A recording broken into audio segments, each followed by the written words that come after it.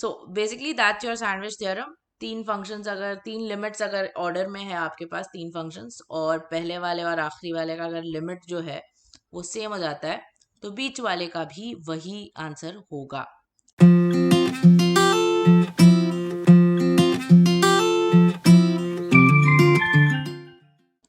Hello guys and welcome back. I am Fatima ma'am and we are studying limits. In today's video we are going to take one last concept of limits that is left, जो कि है आपका sandwich theorem. Very simple, बहुत easy concept है and the questions that come on this are very similar. So we are not going to waste much time on this. Very simple questions are going to come. Alright, so let us start. What does this sandwich theorem say exactly? It says that if you have three functions in order, f of x, g of x और h of x, अगर तीन functions आपके पास order में है such that one of them is greater than the other and again greater than the previous one, then आप अगर पहले वाले को और थर्ड वाले को, फर्स्ट वाला और थर्ड वाले को अगर आप लिमिट लगाते हो for any number a, limit if you apply it with any number a, and if both of those values you get similar, मतलब पहले वाले और आखिरी वाले पे कोई कांस्टेंट का लिमिट लगाकर आपको सेम वैल्यू आती है, इन दोनों पे लिमिट लगाकर आपको अगर सेम वैल्यू आती है, तो क्या होता है, जो बीच वाला लिमिट है, जो बीच वाला फंक्शन है, उसका भी लिमिट उसी वैल्यू पर होता है। अभी ये कोई मतलब थ्योरम तो है, but this is kind of logical, right? तीन फंक्शंस अगर ऑर्डर में है और पहला वाला और आखिरी वाला अगर सेम होगा, तो बीच वाला भी सेम ही होगा, है ना? The middle one is also going to be the same only. So logical, very logical this is. All right, let us just quickly take an example on how we are going to apply this. Suppose you have a function f of x which lies between two different functions. One of them is 1 minus x square by 4. The other one is 1 plus x square by 2. Now let me say that, let me try to find out the limit of the function when x tends to 0. पहले वाले पे अगर मैं लगाऊंगी तो मुझे answer 1 मिलेगा. 1 minus x square by 4. There is no 0 in the denominator, no infinity, तो सीधा सब्स्टिट्यूट करेंगे, है ना? तो उसका लिमिट आपको मिल जाएगा 1. वैसे ही अगर मैंने 1 प्लस एक्स स्क्वायर बाय 2 पर लगाया लिमिट, तो वो भी मुझे 1 मिलेगा, वो भी मुझे 1 ही मिलेगा. यानी कि अगर मैं अब ये f of x पे लिमिट लगाती हूँ, x tends to 0, that also I am going to get as 1. Alright, so this is basically the theorem. Let's see what kind of problems you can expect on this. You can write this down quickly. चलो देखो, पहला question, limit of n by 5 का GIF है वो n by 7 का greatest integer minus n by 20 का greatest integer upon n when n tends to infinity. Okay, अब देखो, हमें जिफ कैलकुलेट करने के बहुत सारे तरीके पता है, मतलब you know we have seen, left hand limit लेते हैं, राइट हैंड लिमिट लेते हैं, बट यहाँ पे n इन्फिनिटी को अप्रोच कर रहा है, तो अपना कन्वेंशनल वाला जो मेथड है वो थोड़ा इधर गड़बड़ करेगा. ऑल्सो उसमें फ्रैक्शन में भी है, तो it's going to give you a bit of problem है ना? तो हम लोग इसको कुछ और तरीके से करने की कोशिश करेंगे. क्या करेंगे, कोई भी नंबर का जिफ जो होता है, कोई भी number, not n by 5, let me take any number. If you take any number, उसका जो जिफ होगा वो दो नंबर्स के बीच में लाई करेगा. कौन से दो numbers? It will always lie between x minus 1 and x, है ना? It will always lie between x minus 1 and x. ठीक है, तो इसका क्या मतलब हुआ कि n by 5 जो नंबर है उसका जिफ किसके बीच में लाई करना चाहिए? उसका जिफ लाई करना चाहिए n by 5 minus 1 और n by 5 के बीच में.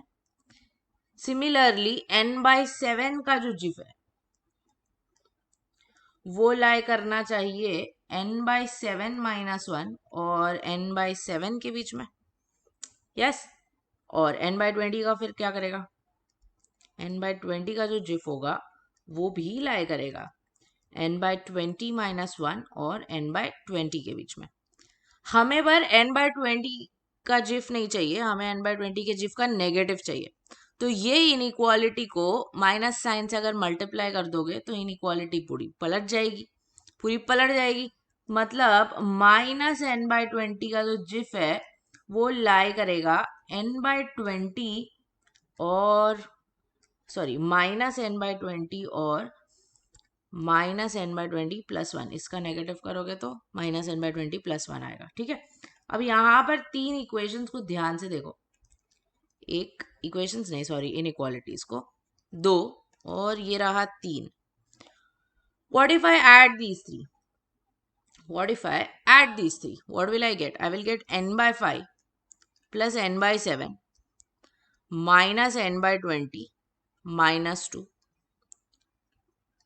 less than gif of n by 5 plus gif of n by 7 minus gif of n by 20, and this lies between n by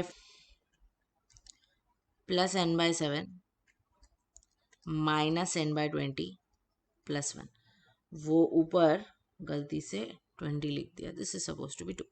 now in this inequality throughout let me take the limit n tending to infinity. ये पूरे inequality में limit, अच्छा उससे पहले n से divide करते हैं, n से डिवाइड भी करना है ना आपको भी. बेसिकली क्या करना है पता है आपको, बेसिकली क्वेश्चन को यहाँ पे रेप्लिकेट करना है. तो if I first divide it through out by n and let me right it a little smaller, n by 5 plus n by 7 minus n by 20 minus 2 divided by n is less than n by 5 plus n by 7, इसका GIF, इसका भी GIF, इसका भी GIF, इसको भी n से divide करो और यहाँ पे आ रहा है n by 5 plus n by 7 minus n by 20 plus 1.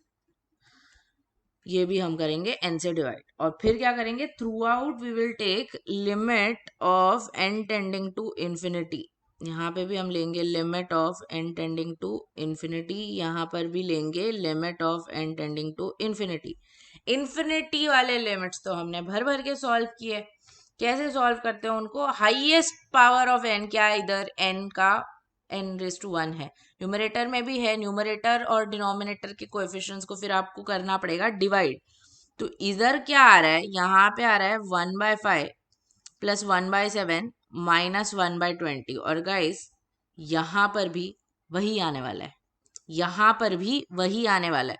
इसका वैल्यू क्या है, इसका वैल्यू क्या आएगा, if you solve this what are you going to get, you are going to get, इसको क्रॉस मल्टीप्लाई पहले कर लेते हैं, you will get 12 by 35 minus 1 by 20. अब इसमें से ना, अच्छा मैं इधर ही सॉल्व करती हूँ, 1 by 5 कॉमन ले लो, उसमें से 1 by 5 कॉमन लोगे तो आपको मिलेगा 12 by 7 minus 1 by 4. Solve this, what will you get, you will get 48 minus 7 which is 41 upon 14. तो इसका आंसर क्या आ रहा है, 41 upon 14 into 5, 41 upon, अच्छा नहीं sorry 7 4s are we are supposed to take, that will be 28. 41 upon 7 into 4 which gives you 28. Okay, so what are you going to get, this is going to be 41 upon 5 into 28 is nothing but 140. इसका भी यही answer होगा. ये limit भी 41 upon 140 है, ये limit भी 41 upon 140 है. तो बीच का जो लिमिट होगा ये वाला, that will also be the same only. That is basically what your sandwich theorem says. बाजू के दो लिमिट को इवेल्युएट करो, इक्वल अगर आ रहा है तो बीच वाला भी वही हो जाएगा. ठीक है, आई hope you got it. Let's do one more, तो सेकेंड वाला है उसको करते हैं. देखो अभी इसमें क्या करेंगे, वही लॉजिक है इसमें भी कि जो बीच जो ग्रेटेस्ट इंटीजर फंक्शन होता है वो दो नंबर के बीच में लाई करता है. तो basically you have 1 square x का जो जिफ होगा it will lie between 1 square x minus 1 and 1 square x. ठीक है, वैसे ही 2 square x का जो जिफ आएगा वो भी लाई करेगा 2 square x माइनस 1 और 2 square x के बीच में. ऐसे ही हम n तक ले सकते हैं, n स्क्वायर एक्स का जो जिफ होगा वो भी लाई करेगा n स्क्वायर एक्स माइनस 1 के बीच में, n स्क्वायर एक्स माइनस 1 और n स्क्वायर एक्स के बीच में. क्या किया था पिछले क्वेश्चन में, हमने ऐड किया था ओनली डिफरेंस इज वहां पे सिर्फ 3 टर्म्स थे, यहाँ पे अभी आपके पास n टर्म्स आ रहे हैं, but that should not be a problem. Why? Because you have to add. So add these also. If you add the left side here, you're going to get 1 square x plus 2 square x and so on up to n square x. और ये जो -1 है वो n times आएगा, तो -n.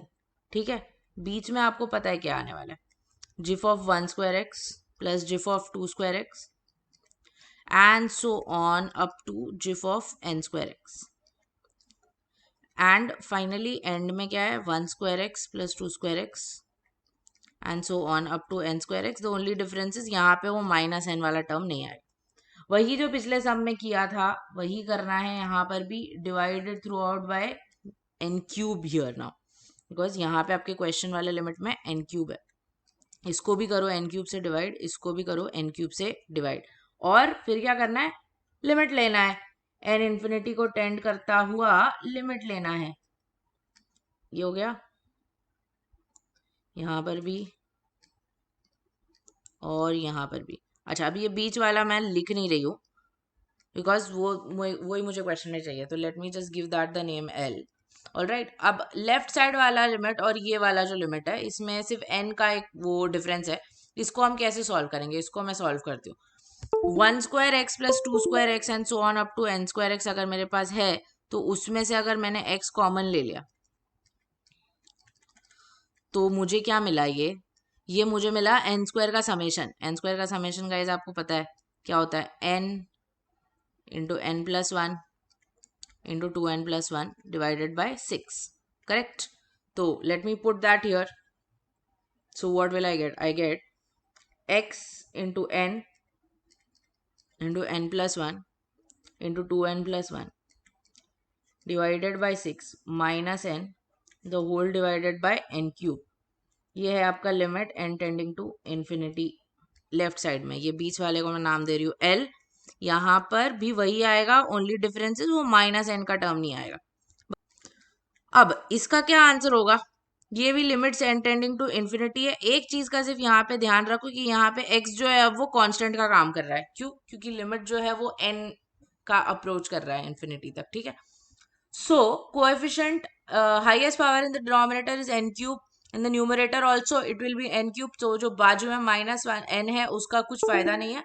यहाँ पर जो n क्यूब है उसका लिमिट क्या आएगा, n क्यूब का कोएफिशिएंट क्या होगा, ये तीनों टर्म को मल्टीप्लाई करके आएगा और नीचे बाद में वो 6 से डिवाइड भी होगा. मतलब basically that term is going to be 2n cube divided by 6, यानी कि कोएफिशिएंट क्या हो गया 1/3.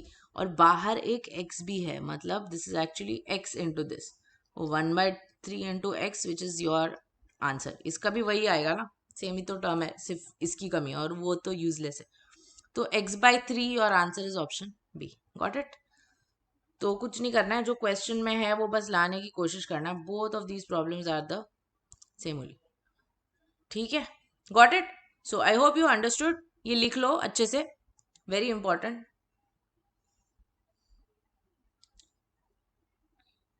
Okay, let's take a look at the next one. You have a question, a very big question. This is something that I have taken only to, explain this concept to you better. MCQ type मैंने इसको frame नहीं किया है. f of x एक function है जो x upon जिफ और square root of 6 minus x के बीच में लाई करता है. ये फंक्शन तभी है जब x की वैल्यू 1 और 2 के बीच में, और जब x की वैल्यू 2 और 3 के बीच में है तब ये फंक्शन है 1 plus x upon GIF and वही रूट ऑफ 6 माइनस एक्स के बीच में. आपको फाइंड करना है LHL और RHL f ऑफ x का जब x जो है वो 2 पे होगा. ठीक है, तो x 2 पे होगा तो LHL का मतलब क्या होता है, LHL का मतलब होता है जब x की वैल्यू 2 से छोटी होगी. LHL यानी कि जब x की वैल्यू 2 से छोटी होगी, और RHL यानी कि जब x की वैल्यू 2 से बड़ी होगी. तो LHL के लिए I will take this function, RHL के लिए I will take this function. ठीक है, तो here now I am going to apply limit extending to 2 minus x upon GIF. यहां पर भी वही आएगा, limit extending to 2 minus f of x, and here we have limit extending to 2 minus square root of 6 minus x. अच्छा, जब x 2 से छोटा होता है तब उसका जिफ क्या होगा 1, x जब 2 से छोटा होगा उसका जिफ होगा 1, यानी कि यहाँ पे मुझे क्या मिल रहा है, यहाँ पे मुझे मिल रहा है limit of x tending to 2 x upon 1. Let me give this the name LHL. यहाँ पर आपको क्या करना है, यहाँ पर तो सीधा डाल ही देना है और कुछ नहीं करना है ना. तो if I put here what do I get, ये मेरे को 2 मिल रहा है और ये भी मुझे 6 - 2 = 4, उसका रूट लोगे तो 2, यानी कि आपका LHL क्या हो गया 2. क्यों? क्योंकि इसका भी लिमिट 2 है, इसका भी लिमिट 2 है. वैसे ही RHL निकालना है, RHL निकालना है, खुद से ट्राई कर सकते हो, पॉज करके खुद से ट्राई कर लो पहले.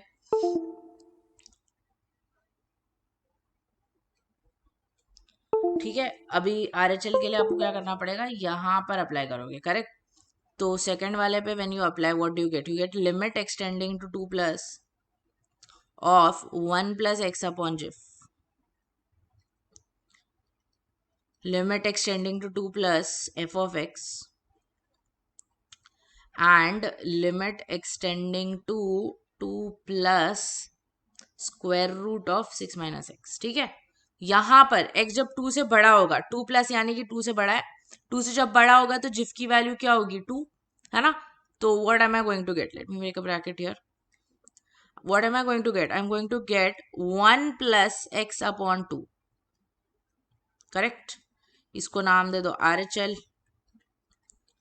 और this will be as it is. अगर अभी वैल्यू डाल दी तो ये मुझे पता है ये तो 2 ही आने वाला है वापस से. यहाँ पर क्या होगा, x की वैल्यू 2 डालो, x की वैल्यू 2 डालोगे आपको मिलेगा 1 प्लस 2/2. ये भी 1, ये भी 2 ही हो जाएगा ना, यानी कि ये वाले लिमिट की भी जो वैल्यू है RHL की दैट इज ऑल्सो 2. एक और चीज जो आप इसमें फिर क्या बोल सकते हो कि LHL और RHL तो सेम है. LHL और RHL अगर सेम होता है तो क्या होता है, LHL और RHL अगर सेम होता है तो लिमिट वहां पर एग्जिस्ट करता है. ठीक है, simple. Yes, so something different this was. एक और very easy, very simple. f of x is a positive increasing function with limit of x, limit when x tending to infinity of f of 3x upon f of x जो है वो 1 है. So you have to find the value of limit extending to infinity f of 2x upon f of x. Positive increasing function, increasing function का guys मतलब ये होता है कि अगर x जो है, अगर x जो है, दो वैल्यूज है x की, if x1 is greater than x2 तो f of x1 sorry less than x2 तो f of x1 will also be less than f of x2. Basically इसका मतलब क्या है कि जैसे जैसे x की वैल्यू बढ़ रही है तुम्हारे फंक्शन की भी वैल्यू बढ़ रही है. इसको बोलते हैं इंक्रीजिंग फंक्शन. ठीक है, this is called an increasing function. Positive मतलब for positive values of x. Okay, now what this basically means is, अच्छा अभी अगर x increasing positive increasing function है तो मैं क्या करती हूँ, कैन आई से दैट माई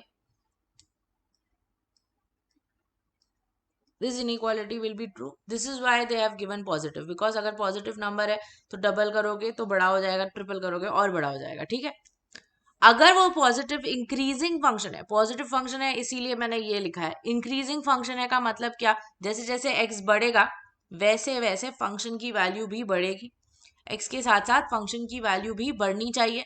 तो अगर x 2x और 3x इस ऑर्डर में है तो मेरा f of x, f of 2x और f of 3x भी होना चाहिए इसी ऑर्डर में. अब देखो क्या दिया है आपको, आपको डिवाइड करना है उसको f of x से, आपको उसको f of x से डिवाइड करना है, कर दो. you divided by f of x, you divided by f of x, you divided by f of x. Now something very nice is going to happen here. What is it?